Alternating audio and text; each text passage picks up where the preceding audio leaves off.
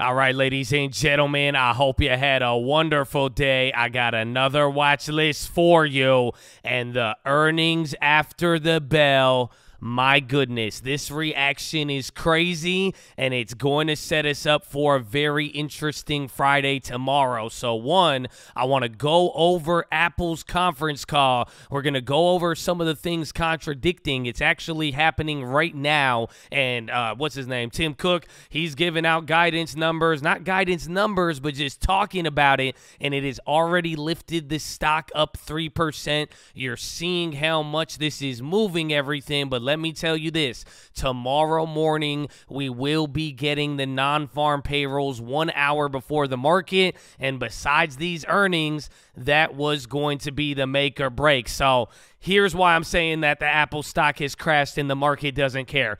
I'm telling you, this is what I'm going to start with before I get into the numbers. Just a couple of analysts already, they were saying this is arguably the worst quarter from Apple they have seen in years. When you combine everything, a 5% annual drop, I mean, this is pretty unprecedented, or at the very least, this is the first time, I believe, in since 2016 that Apple has actually missed an earnings. So let's get to the numbers a little bit, and I'm going to show you what's up here. And now this is why I think tomorrow is going to be interesting. I'll also tell you why the stock has bounced up a little bit, but let's start with this one. Apple iPad revenue, that one came in $2 billion above. That was like their only good beat there. The wearables and home accessories, that came in $2 billion below. Mac revenue, $2 billion below estimates. Products revenue, that came in about $2 billion, a little bit under that, below estimates. iPhone revenue,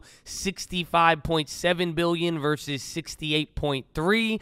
Greater China, this was their good segment, and that's where second half of this rally, Tim Cook, he was saying he's seeing a lot of foot traffic, and they really enjoyed that, and he's saying it was good, and actually the stock was going up. He was saying we would have sold more iPhones if we had more supply, and he was bringing up a lot of the supply chains there. And then services, that went up barely, and that's where they started talking about margins. The CFO, he was saying, listen, our margins are actually looking to increase, and the whole theme of the conference call, again, a lot of people, if you've watched Apple over the years, this one was a surprisingly bad quarter, more or less, but they've kind of just been sticking with this line of logic and saying, listen, on constant currency, it wasn't that bad.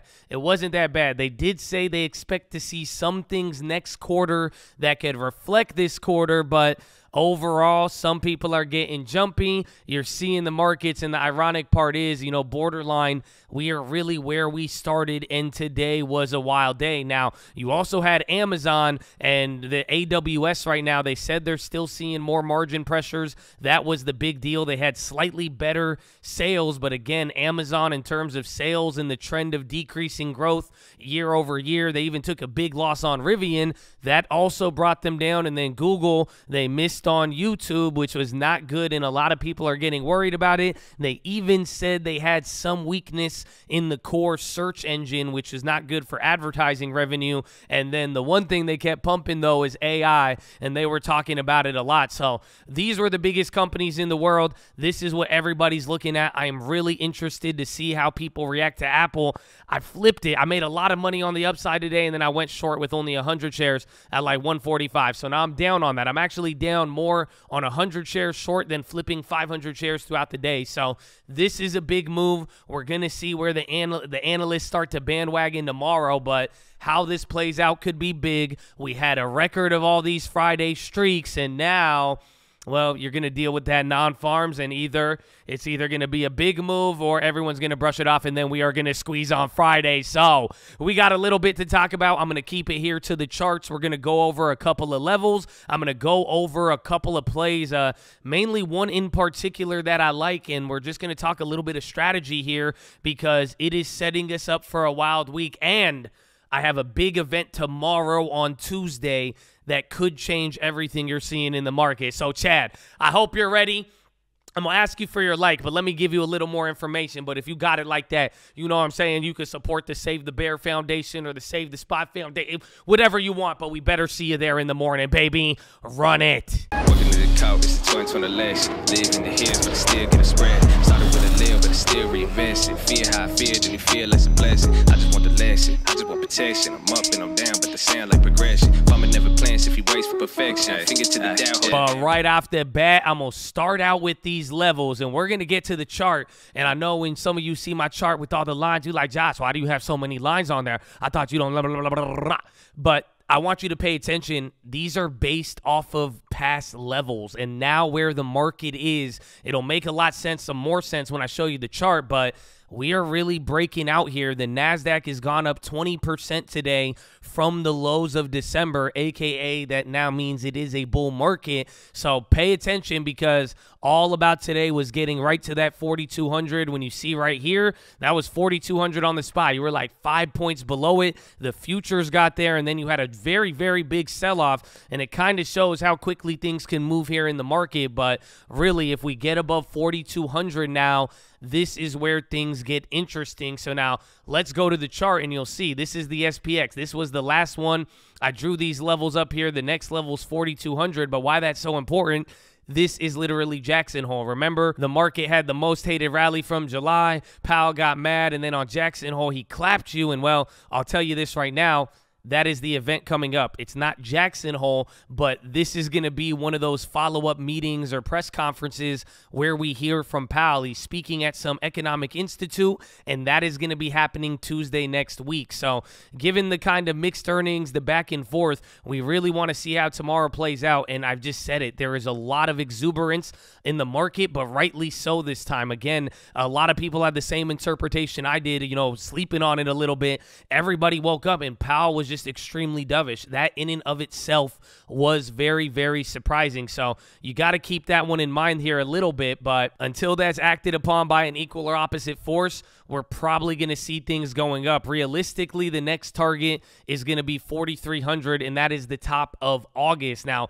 what I'm trying to show you with these levels, I mean, this is going back almost to a year. I guess it's starting from February there, but what I want you to realize is why these levels are so important. They are just based off of openings and closes, because this was an extremely volatile year. Not only have we seen a lot of algorithmic buying and this and that, but just overall, just remember, the first time you hit some of these levels, you freaked out. Believe it or not, this level right here, 41.75, that was like your second big dip after the January dip in February, and we didn't start raising rates there. And then March, again, this correlated around the other Fed meeting. You were able to bounce from it for a couple of weeks. It was a violent bounce, and then you came back down, but this is where you actually bottomed out initially. You would bounce, and then once you broke these levels, this is where kind of the fear and optimism started to change, or these were some levels you couldn't get back above. So notice where you are today. Well, back in May, after having another new low and then trying to rebound, you couldn't get past this level that we got to today. Then that led to another low. Then you had to work your way all back up during the most hated rally in July,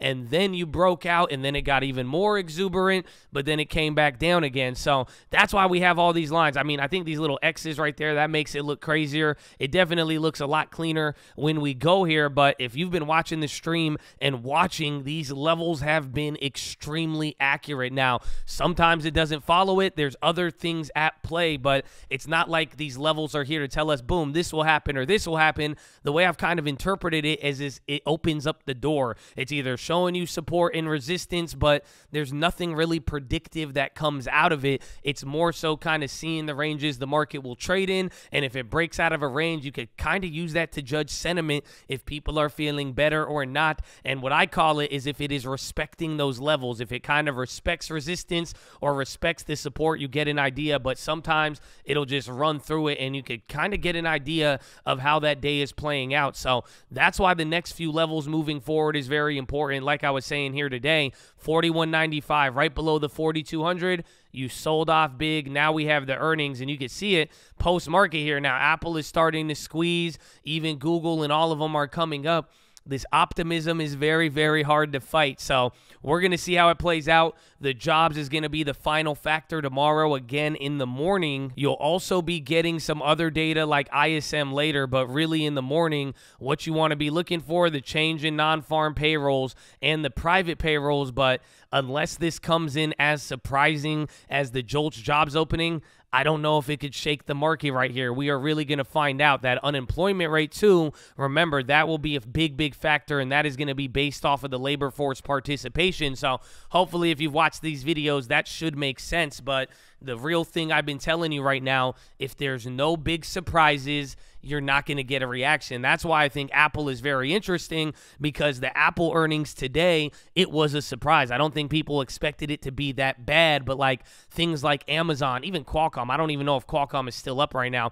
They had a pop first and they lowered their guidance, but it just wasn't as bad as feared. So it is kind of hard to start surprising people. There's a lot of optimism, and it's not just now you're fighting retail or the algos. It's the simple fact that Powell has kind of green-lighted this, and you are not getting this unconditional hawkishness. That's what they were talking about earlier this morning, and it's just like, you're getting a different type of Powell, but we'll see on Tuesday. That could change things, but I hope you keep all of this in mind. If there's a big number tomorrow and this number goes up like a lot big, that's a plus sign, but I'm messing up the John Madden. But if that number goes up by like double or triple, maybe you'll get a negative reaction. Otherwise, anything within like 20 to 40,000 jobs, man, up or down, I just don't think it's going to affect the market there. So we'll see. I want to see how analysts really take this. Again, I was not as impressed by Apple, but we will find out, ladies and gentlemen. But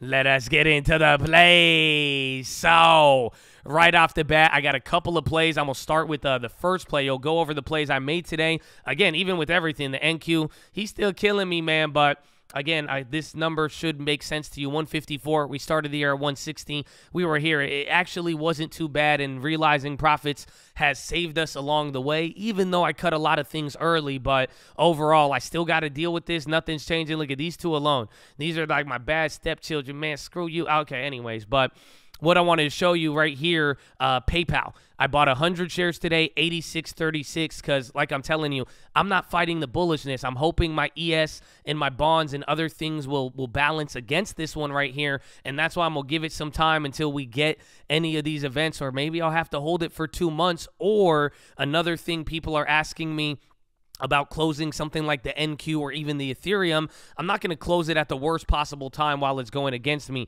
Maybe I'll pay a little bit more, but at the very least, if I am going to consider it, I want to close it into a red day. Not the reddest of days, but you know, I don't know how much I'm going to be looking to get back, or I'm going to ride it out with everything, and hopefully I can balance it up with upside. And now that's what brings me to the PayPal. Why I decided to go with PayPal today. They are up a lot, and you could kind of see they're almost at November levels. I mean, compare them to August. They had a lot of underperformance, so that's what I was liking. But now take a look at Square. Some names like Square are already back up there. So I figured PayPal, it was beaten down. It's had a lot of hype before, and then the fact is it is underperforming. I thought that would be a good one. So I went with 100 shares, but that's really all I bought today. I had my Apple and my Amazon too, and remember, I had those 300 shares at Apple today. I sold out at 150.90. I made about, like, I think $1,300 profit, or a little bit more than that as it was going up, and then I did a flip of 500 shares during the day, made another $500 right there, and then I shorted those 100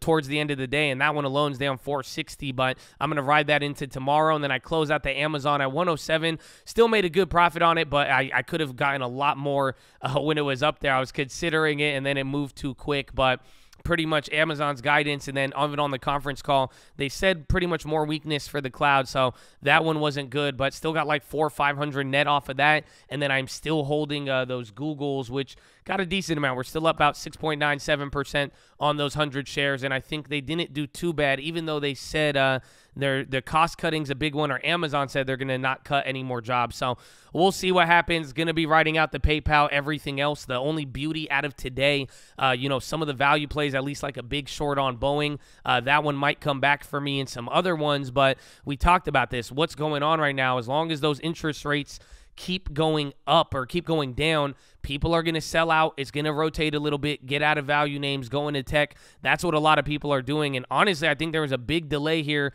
between bonds and everything. I don't know. Is that real? I don't think that is real. Is it? No, I think IEF's tripping out, but ZN, the futures are still up there. But overall, what I'm saying here is that there's going to be a value rotation. You're kind of already seeing it with the Dow, and that's why now I'm even kind of thinking that the bonds are lagging a little bit. And then you had the ECB today. They raised rates. It made the euro stronger or weaker, which ended up making the dollar stronger. It was actually pretty wild there. So I think we're still in the midst of a shock, even if it's to the upside. So got to give it a little bit of time. Going to be riding it out overall. I mean, I think we got a lot more in store, and it's going to be crazy. I think we're going to be able to find some plays. If I could buy the dip on bonds, I'm looking to do that, or roll over to the next month contract and then go from there and see what happens. So I hope you're ready. But that is your watch list, ladies and gentlemen. Make sure hydrate, healthy, ready to go. Make sure post your watch list. Make sure we see you there in the morning. I need the armor on. I need the helmet shining. I need you to remember, in the words of the great Nikki B, baby, if you sit on the pity potty, all you get is a ring around your beep. Yeah, man, let's go. Win or lose, you got to stay in the game. And listen, whether you flexing or getting too hyped, it's always flexing, or beating yourself up is always a losing game, no matter how you play it, baby. We got a long way to go. We've seen this many times. There's a lot in store, and there is opportunities. You got to shake it off. Got to be wise while you have good opportunities, and make sure you're wise as opportunities look like they're dimming, baby. It's the same for both sides. So, Chad, I want you in the game. Sometimes it's hard, sometimes it's easy. Shout out to the long term. Save that 10%. But let's close it out with Friday and see what we get, baby. And let's start another week. Welcome to February. But I love you. Drink that water. Stay hydrated, healthy, all of that stuff. And get ready. And Powell, why'd you do that? Why, Powell? Why? See you on Tuesday. Horn.